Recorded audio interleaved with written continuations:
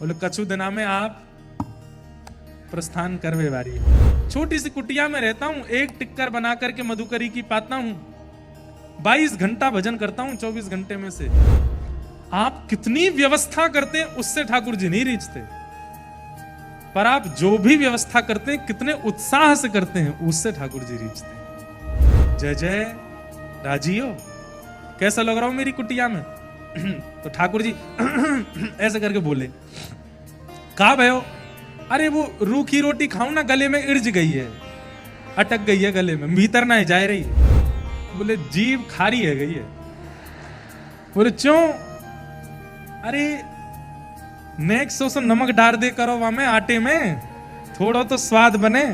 तुम कोरे आटे में यमुना जल मिलाए के पवाए दो, घी लगाए दो, नेक आटो, बस एक चुटकी आटो डाल वहां में नमक डाल दे करो। आप जाते हो, आटा लाते हो, घी लाते हो, नमक लाते हो, एक आलू और ले आया करो और उस आलू को भून दिया करो, भून करके छिलका उतार के मीड़ करके और उसमें नमक डाल दो, तो एक आलू की चटनी हो जाएगी, साथ में खाने में थोड़ा सुख मिलेगा।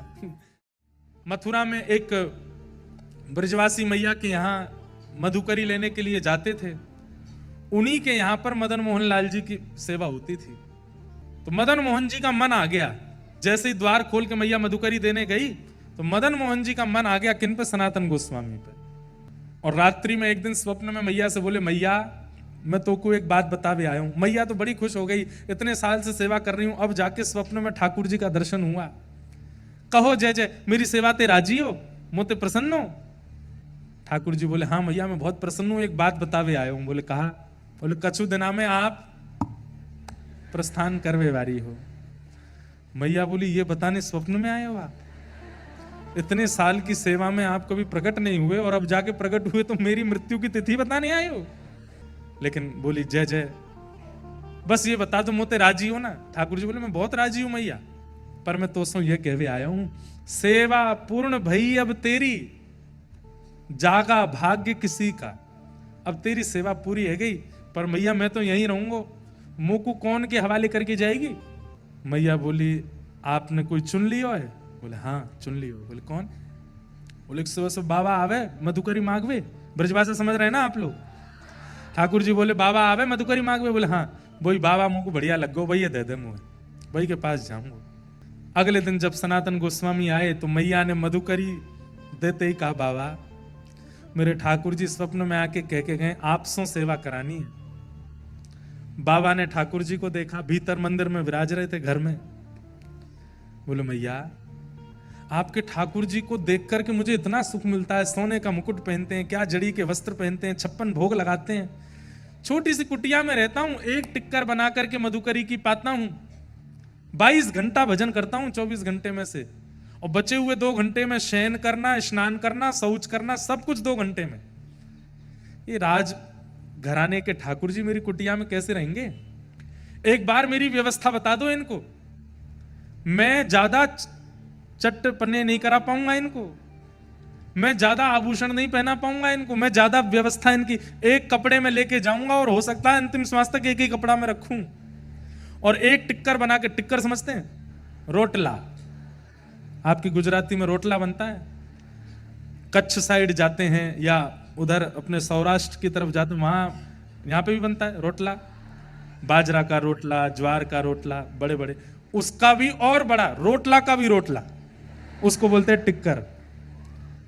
मतलब एक टिक्कर कम से कम इतना बड़ा बनाते हैं साधु महात्मा संत जन, और उस एक टिक्कर के 2-3 भाग करके 3-4 महात्मा खा लेते हैं, पूरे दिन भूख नहीं लगती। फिर मोटा अनाज और मोटा रोटला। तो बोले मैं तो एक टिक्कर बना के पाऊं, कैसे जीवेंगे मेरे संग? इनकी तो 8 बार भोजन, 7 बेर आरती, हमारे ब्रजमंडल में 8 बार भोग लगता है, 7 बार आरती होती ठाकुर जी की, अष्टयाम सेवा होती, कैसे करेंगे ये? एक बार मेरी व्यवस्था बता दो इनको। मैया बोली, आज बात करती हूं। ठाकुर जी से जाके कही, बोले कि जय जय जाग के पास जावे की इच्छा रख रहे हो? उनने अपनी ऐसी व्यवस्था बताई है। रात्रि में मैया सो गई, ठाकुर जी फिर से सपने में आए, बोले मैं राजी हूं, मुझे जरूरत ना है, पर मोकू वही के पास जानो है। सोचिए, आप कितनी व्यवस्था करते हैं उससे ठाकुर जी नहीं रीझते, पर आप जो भी व्यवस्था करते हैं कितने उत्साह से करते हैं उससे ठाकुर जी रीझते हैं। सनातन गोस्वामी जी को ठाकुर जी की सेवा में रुचि है, पर सेवा से ज्यादा नाम में रुचि है। 22 घंटे भजन करते हैं वो। 22 हमारे वृंदावन में आज भी ऐसे कई महात्मा हैं, 22 घंटे भजन करते हैं। हमारे गोवर्धन में एक महापुरुष थे, महाराज जी थे, परम पूजनीय प्रातः स्मरणीय श्री ठाकुरदास बाबा। मैंने अंतिम समय में उनका दर्शन किया, जब वो निकुंज में प्रवेश कर रहे थे, उससे पहले किया, तब उठ भी नहीं पाते थे। उस समय मैं दर्शन करने गया, मैं भी छोटा था, पिताजी के साथ गया, तो बाबा की संपूर्ण शरीर तो किसी और के करने से ही कार्य करता था, पर ये उंगली उनकी ऐसी चलती रहती थी बिना माला के। मतलब ये समझ लीजिए कि पूरे शरीर को पैरालाइज हो गया, लेकिन उंगली पर नाम बंद नहीं हुआ। उस स्थिति को क्या कहते हैं? एक होता है कि आपने नाम को पकड़ा है, और एक होता है नाम ने आपको पकड़ा है। तो महाराज जी जो थे, उन्होंने नाम ने उनको पकड़ लिया।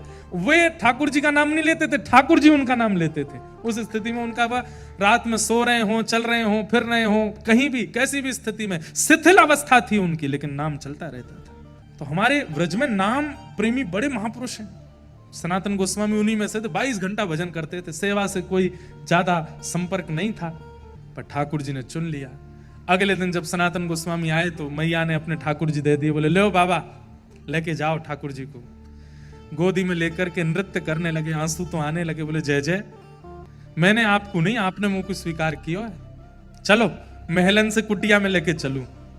और यमुना जी के तट विश्राम घाट पर छोटी सी कुटिया, उसमें लेकर के ठाकुर जी को आए, एक कोने में बैठा दिया। उत्साह में तो बहुत थे, क्या क्या करूं, पर आता नहीं है कुछ भी। तो एक चौकी पर ठाकुर जी बैठा दिए, एक कपड़ा से ढक दिए, मोटा टिक्कर बनाया ठाकुर जी के लिए।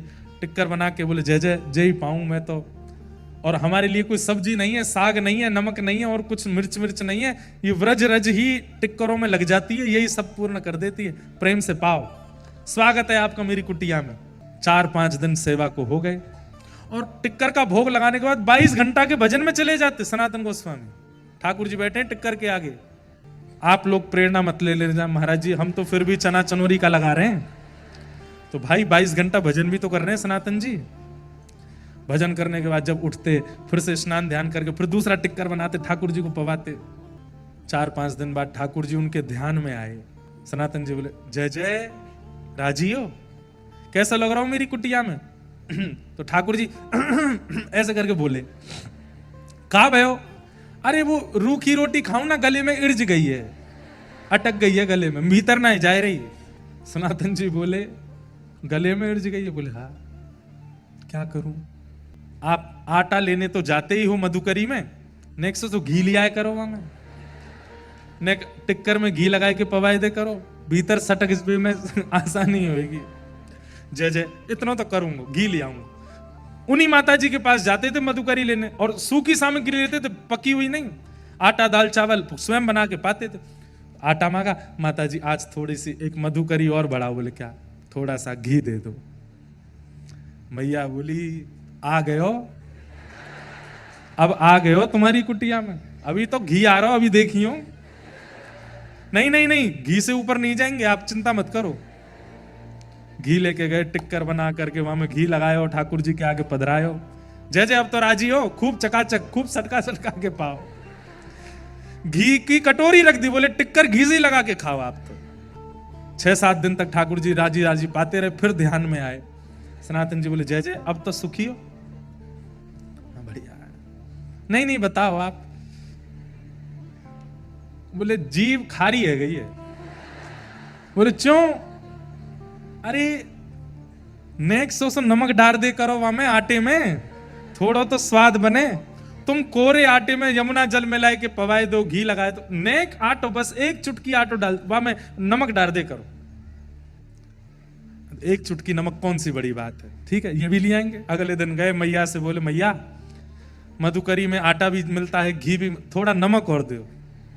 हाँ नमक अभी तो रुको, रसायनों का प्रवेश होगा। नमक लेकर के गए। 7-8 दिन 10 दिन ठाकुर जी ने फिर कोई सेवा नहीं मांगी। 10 दिन बाद फिर आ गए, जय जय, अब कहा हो? बोले आप जाते हो, आटा लाते हो, घी लाते हो, नमक लाते हो, एक आलू और ले आया करो। और उस आलू को भून दिया करो, भून करके छिलका उतार के मीड़ करके और उसमें नमक डाल दो तो एक आलू की चटनी हो जाएगी, साथ में खाने में थोड़ा सुख मिलेगा। सनातन गोस्वामी जी ने ठाकुर जी उठाए लेके मैया के पास गए, बोले धरो या को भीतर।